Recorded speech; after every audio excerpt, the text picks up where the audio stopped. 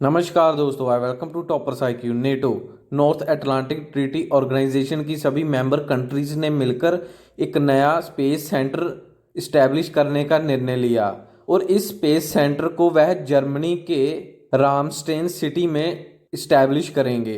तो आज हम इसके बारे में पढ़ेंगे और साथ ही देखेंगे कि इंडिया भी नेटो का मेंबर बन सकता है, क्या कोई अपॉर्चुनिटीज़ हैं। तो चलिए शुरू करते हैं। इस लेक्चर की PDF आप हमारी वेबसाइट toppersiq.com से ले सकते हैं।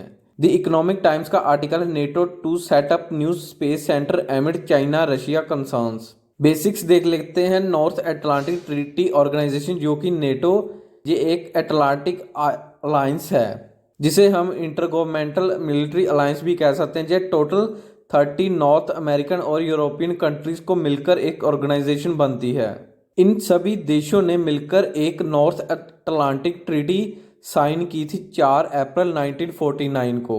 अगर इसकी मेंबर कंट्रीज देखें तो अल्बानिया जिसने 2009 में ज्वाइन किया, बेल्जियम जिसने 1949 में, बुल्गारिया जिसने 2004 में, कनाडा ने 1949 में, क्रोएशिया 2009 में, चेक रिपब्लिक ने 1999 में, ऐसे Denmark, Estonia, France, Germany, Greece, Hungary, Iceland, Italy, Latvia, Lithuania, Luxembourg, Montenegro, Netherlands, North Macedonia, Norway, Poland, Portugal, Romania, Slovakia, Slovenia, Spain, Turkey, United Kingdom and the United States of America.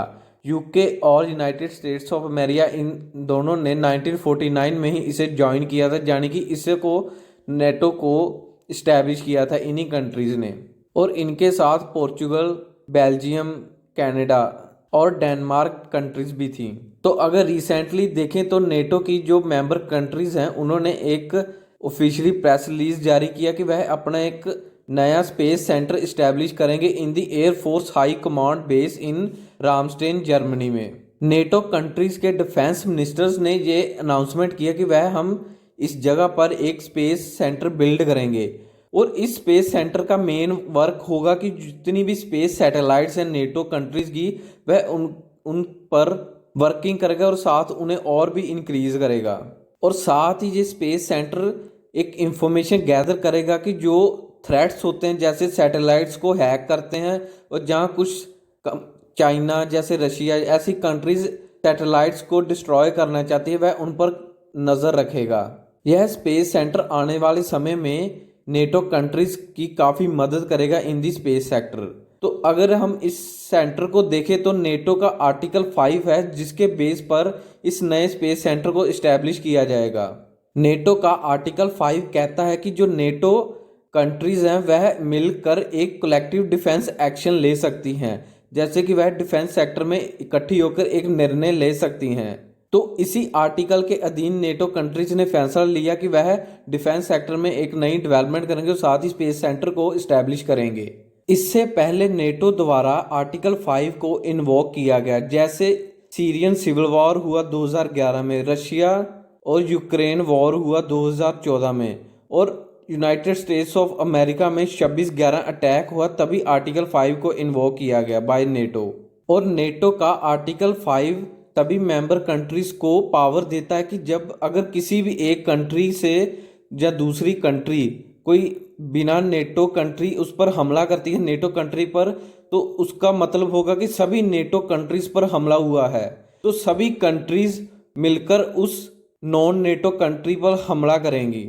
और साथ ही इस scenario में United Nations का article 51 है, वह NATO के article 5 को power देता है कि वह इसे एक्टिवेट कर सकते हैं। यूनाइटेड नेशंस का आर्टिकल 51 कहता है कि अगर किसी भी मेंबर कंट्री पर किसी तरह का भी कोई नॉन नेटो मेंबर अलाइन जो कंट्री हमला करता है तो वह अपने सेल्फ डिफेंस में उसे एक्टिवेट कर सकते हैं और साथ ही वह तुरंत उस पर हमला कर सकते हैं। और आर्टिकल 5 के अधीन नेटो मेंबर कंट्रीज अपनी आर्म्ड फोर्सेस को भी डिप्लॉय कर सकती हैं। मगर यूनाइटेड नेशंस का कहना है कि इस ट्रीटी के कारण जो अमेरिका और यूरोप में काफ़ी शांति कायम हो सकती है, क्योंकि कोई भी कंट्री नेटो कंट्री पर हमला नहीं करना चाहेगा। अगर एक पर हमला हुआ तो समझो अमेरिका पर हमला हुआ और यूनाइटेड किंगडम पर भी हमला हुआ। और साथ ही नॉर्थ अटलांटिक एरिया पर सिक्योरिटी को भी मेंटेन करेगा। नेटो का एक कैस्टर सैटेलाइट ग्राउंड स्टेशन भी है। तो अगर नेटो कंट्रीज की बात करें तो वह तकरीबन 24 सैटेलाइट ग्राउंड स्टेशंस को कंट्रोल करती है। जो कैस्टर सैटेलाइट ग्राउंड स्टेशन है वह बेल्जियम में इस्टेब्लिश है और वह स्पेस कम्युनिकेशन में काफ़ी मदद करता है नेटो कंट्रीज़ की। और इसके अलावा नेटो के 4 और भी स्टेशंस है वह इसी तरह ही सेंट्रल प्ले रोल करते हैं। अगर पूरी दुनिया की सैटेलाइट्स देखें तो तकरीबन इस समय 2000 से प्लस सैटेलाइट्स हैं स्पेस में, मगर इनमें से जो तकरीबन 1000 सैटेलाइट्स है वह नेटो मेंबर कंट्रीज़ की हैं। नेटो का यह पहला कोई सेंटर नहीं है, इससे पहले भी नेटो के पास काफ़ी सेंटर हैं, मगर उसे इस नए सेंटर को बनाने की इस्टेब्लिश करने की क्यों ज़रूरत पड़ी।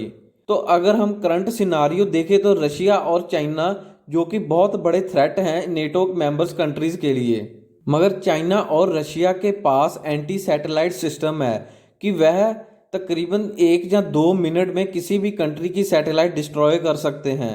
मगर ये एक सैटेलाइट डिस्ट्रॉय करने का मोटिव नहीं है, उसके कारण काफ़ी डिब्री भी फैल सकता है स्पेस में। तो अगर जब डिब्री फैलेगा उससे भी कई सैटेलाइट्स डिस्ट्रॉय हो सकती हैं कि जब वह अपनी वर्किंग में होगी, धरती को रोटेट कर रही होगी सैटेलाइट, तो वह किसी भी डिब्री से टकराकर उसे क्रैश कर सकती है। और इसको मद्देनज़र रखते अब नेटो ने अपना 5th डोमेन क्रिएट किया है after the land, sea, air and cyber space. इन चारों सेक्टर्स में नेटो ने अपने सेंटर इस्टेब्लिश कर चुके हैं कि वह ऑलरेडी इस पर वर्किंग कर रहे हैं। मगर क्या इंडिया के पास ऐसी अपॉर्चुनिटी है कि वह नेटो को ज्वाइन कर सकता है? और जहां कोई ऐसा नेटो का प्रोसेस और आर्टिकल कहता है कि कोई भी कंट्री आकर नेटो को ज्वाइन कर सकती है, तो अगर हम नेटो के आर्टिकल 10 को देखें तो वह एक क्राइटेरिया देता है कि कोई भी कंट्री नेटो को ज्वाइन कर सकती है। आर्टिकल 10 के अकॉर्डिंग नॉन नेटो कंट्री को 3 एग्रीमेंट साइन करने होंगे नेटो कंट्रीज के साथ, और जान उनमें से किसी एक कंट्री के साथ भी कर सकती है। जैसे अमेरिका के साथ रिसेंटली इंडिया ने काफ़ी 4 एग्रीमेंट साइन कर लिया है और चौथा अभी नेक्स्ट मंथ में साइन करेंगे, जैसे बैका, कॉमकासा, लेमोआ और GSOMIA। तो आर्टिकल 10 के अधीन अगर इंडिया को नेटो ज्वाइन करना है तो उसे एक कंट्री जैसे अमेरिका के साथ बैका, जो कि basic exchange and cooperation agreement, को साइन करना होगा, जो कि इसी साल नवंबर में इंडिया US के साथ साइन कर लेगा। और उसके बाद LSA, लॉजिस्टिक सपोर्ट एग्रीमेंट, उसे भी साइन करना होगा। और उसके बाद CISMOA, communication interoperability and security memorandum of agreement, इसे भी साइन करना होगा नेटो कंट्री के साथ। नवंबर में इंडिया और USA की 2x2 डायलॉग मीटिंग होगी। उस समय इंडिया और USA मिलकर एक BECA, basic exchange and cooperation agreement sign करेंगे। और उसके अंडर इंडिया, जो कि एक अनआर्म्ड व्हीकल है प्रीडेटर भी, उसे भी परचेज करेगा। और साथ ही उसके पास एक अपॉर्चुनिटीज़ होगी कि अगर वह नेटो को ज्वाइन करना चाहे तो कर सकता है। पर मगर हम अगर करंट सिनारियो देखें तो इंडिया नेटो को ज्वाइन नहीं करेगा। मगर फॉर्मली मैं ऑफिशियली नहीं कह रहा, एक खुद ही कह रहा हूँ, वह ज्वाइन नहीं करेगा, क्योंकि भारत सरकार का कहना है कि इंडिया एक सेल्फ रिलायंट होगा। हर एक सेक्टर में देखें तो इस समय हम अपनी ही देश में टेक्नोलॉजी डेवलप कर रहे हैं। जैसे स्पेस सेक्टर में देखें तो इसरो काफ़ी बढ़िया वर्क कर रहा है। कुछ कोलैबोरेशन तो करता है इसरो, मगर खुद वह जितने भी मिशन है, जैसे आने वाले समय गगनयान होगा या चंद्रमा या मार्स पर इन्होंने मिशन भेजा, मंगलयान, उसे वह खुद ही लॉन्च करता है। और दुनिया में सबसे चीपेस्ट और सस्ता मिशन इसरो ही लॉन्च करता है। और रिसेंटली भारत सरकार और इसरो दोनों ने प्राइवेट सेक्टर्स को इनवाइट किया है कि वह डिफेंस और स्पेस सेक्टर में आकर योगदान दें और साथ ही वह मिशन लॉन्च करें आने वाले कुछ समय में। ये है एंड इस वीडियो का। चैनल को सब्सक्राइब और लाइक करना मत भूलिएगा। धन्यवाद।